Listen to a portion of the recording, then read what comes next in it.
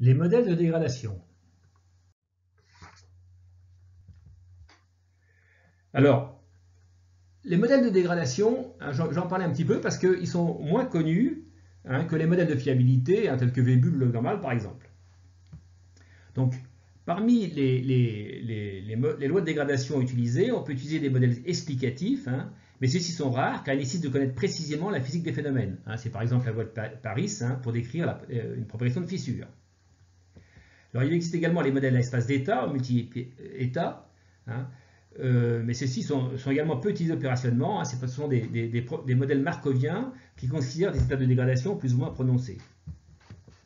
Enfin, vous avez des modèles continus qui portent sur une grandeur physique observable, telle qu'une largeur de fissure, un courant de fuite, un échauffement par exemple, dont on cherche à modéliser la trajectoire d'évolution.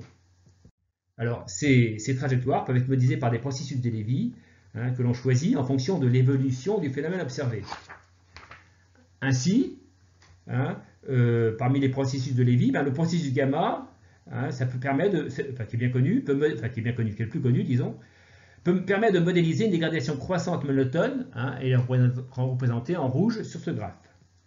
Le processus de Wiener, il permet de modéliser une dégradation continue avec un bruit aléatoire, soit un mouvement brownien avec dérive, et est représenté en bleu sur le graphe.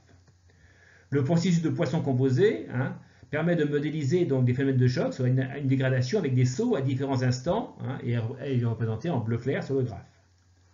Enfin, le processus de variance gamma, qui est un peu plus complexe, qui vient du monde de la finance, il permet de modéliser une dégradation discontinue et non monotone, donc qui est représenté en violet sur le graphe.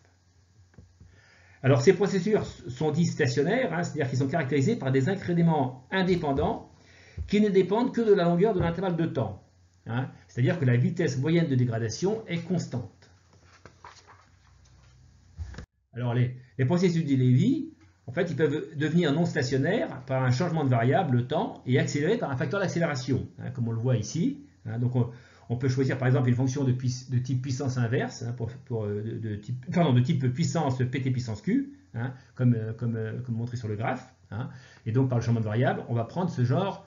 On va pouvoir prendre en compte ce genre de vitesse de dégradation. Enfin, le choix d'un seuil de fonctionnement permet de passer d'un mode de dégradation à un mode de fiabilité. Et dans ce cas-là, la fiabilité correspond à la loi du premier franchissement du seuil alpha.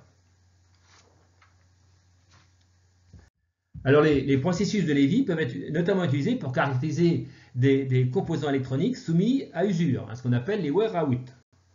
Donc, dans cette application-là, cette application que je présentais ici porte sur la caractérisation d'optocoupleurs par des essais accélérés dans le cadre du projet RITM, qui est un projet financé par la Communauté européenne.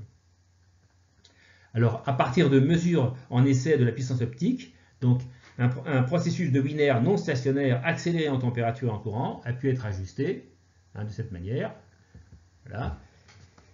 Et après cet ajustement,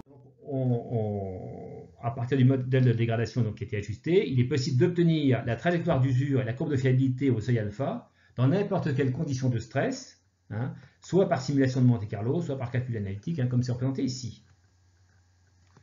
Enfin, à partir de la courbe de fiabilité au seuil alpha, il est également possible d'ajuster une loi de fiabilité de type Vebul normal, par exemple, par la méthode des moindres carrés, si on préfère avoir une loi de fiabilité de ce type.